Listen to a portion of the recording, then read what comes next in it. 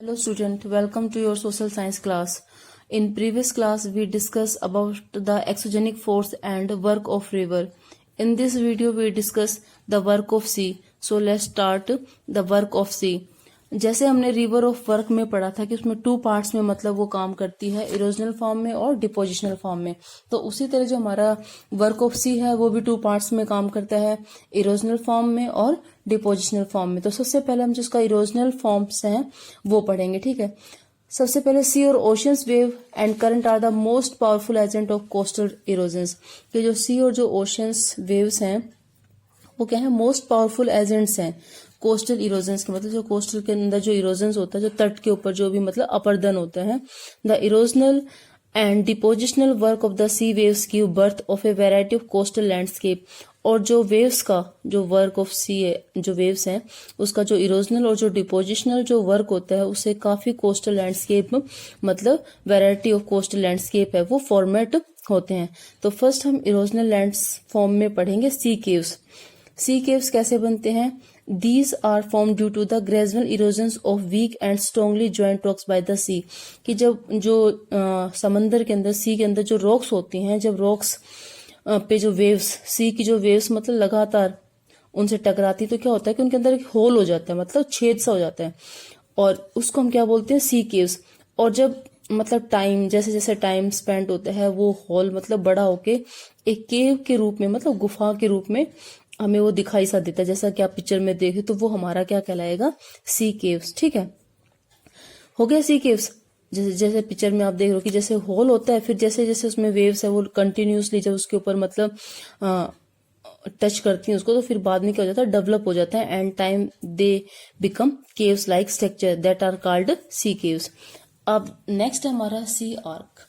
When two caves approach one another from either side of a headland and unite, an arc is formed। कि जब 2 caves मतलब आपस में approach होते हैं एक दूसरे पे और उनमें मतलब एक आर्क जैसी पोजीशन बन जाती है, जैसा कि पिक्चर में आप देख रहे हो, वो हमारी क्या कहलाती है, सी आर्क, ठीक है। थर्ड हमारा जो इरोजनल जो लैंड फॉर्म्स है वो है स्ट्रैक्स। जब इरोजन्स होता है सी केव्स के अंदर, सी आर्क के अंदर, तो फाइनली क्या होता है कि जो ऊपर की जो छत होती है, मतलब जो रॉक्स होती है उसकी जो रूफ होती है वो बिल्कुल मतलब हट जाती है। Then seaward portions of the headland will remain as a pillar. और खाली पिलर पिलर उस रॉक्स के बच जाते हैं, जैसा कि आप पिक्चर में देख रहे हो, इज नोन एज स्टैक, ठीक है। फोर्थ है हमारा sea cliff.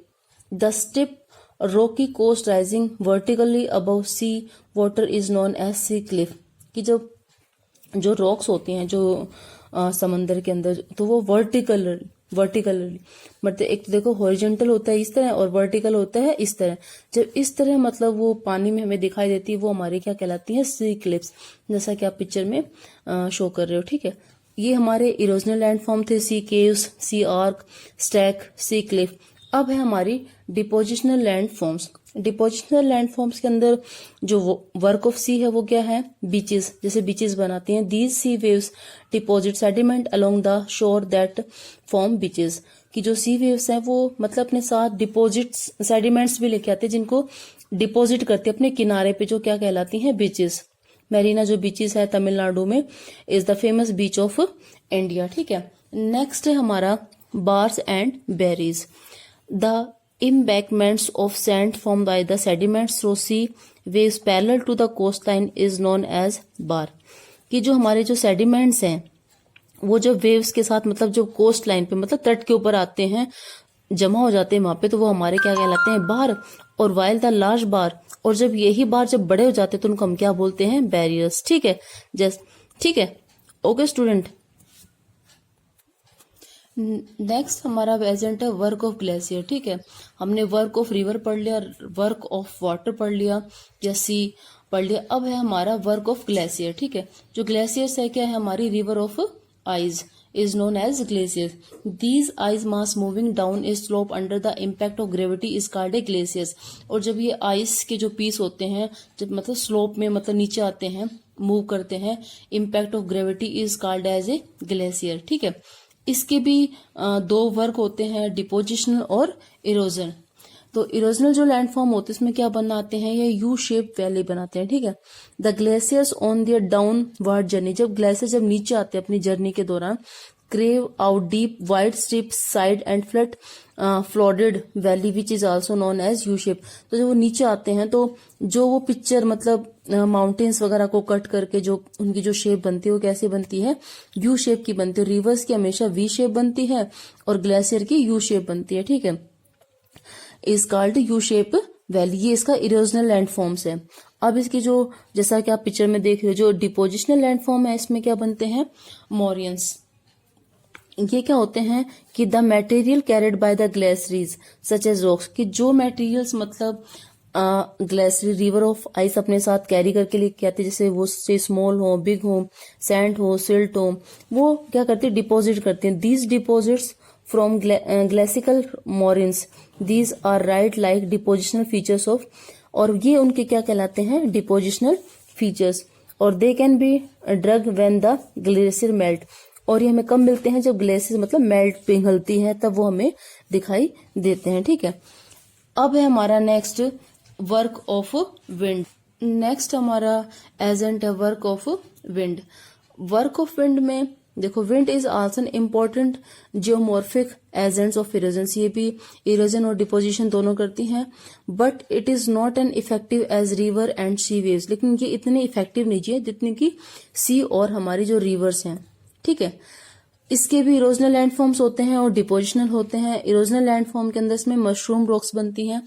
The rocks having broad upper part and narrow base, जिसका मतलब अपर जो पार्ट है वो तो ब्रॉड हो और जो नैरो है वो जो नीचे का जो बेस है वो नैरो मतलब पतला हो, जैसे आप पिक्चर में शो कर रहे हो, is called as mushroom shape. These are formed due to the excessive erosional work of wind in the lower section of rock as compared as its upper part। ये कब बनती है, जब एक्सेसिव मतलब बहुत ज्यादा इरोजनल वर्क करती है विंड लोअर सेक्शन की बजाय, lower section of rock as compared to its upper part, ठीक है। ये हमारी मशरूम टाइप ऑफ रॉक्स है। अब इसमें जो डिपोजिशनल लैंडफॉर्म है उसमें क्या बनते हैं, सैंड दून्स। सैंड दून्स क्या होते हैं, these are the hills of sand, हम इनको मतलब मिट्टी के, बालू मिट्टी के पहाड़ भी बोलते हैं। Formed by the एक्यूमुलेशंस of sand, ये किससे बनती है, सैंड से, and shape by the movement of wind, और इनकी जो शेप होती है वो विंड के मूवमेंट के ऊपर डिपेंड करती है, जैसा कि आप पिक्चर में देख पा रहे हो, ठीक है। नेक्स्ट हमारी जो डिपोजिशनल लैंडफॉर्म है वो है लूज, ठीक है। The fine dust blown beyond the desert limit is deposit on the neighbouring land in large area. जब जो हमारी मतलब विंड्स होती है वो जो फाइन डस्ट को मतलब जो डस्ट वगैरह जो भी होता है अपने साथ जब उसको डिपोजिट करती है अपने नेबरिंग एरिया के अंदर, तो is called loesses. Loess is deposit generally occur at a very distance place from the source area of their sediment supply. और ये जो बनते हैं ना लूजेस, ये मतलब इनके जो डिपॉजिट होते हैं जिस एरिया से इनको उठाया जाता है उससे बहुत थोड़ा सा मतलब ज्यादा दूर बनते हैं। इनकी जो सेडिमेंट्स की जो सप्लाई होती है बहुत मतलब लंबा डिस्टेंस ये कवर करते हैं। Okay student, this chapter is finished. I hope you understand the chapter, and next video we start new chapter in geography, 4th chapter. Okay student, thank you.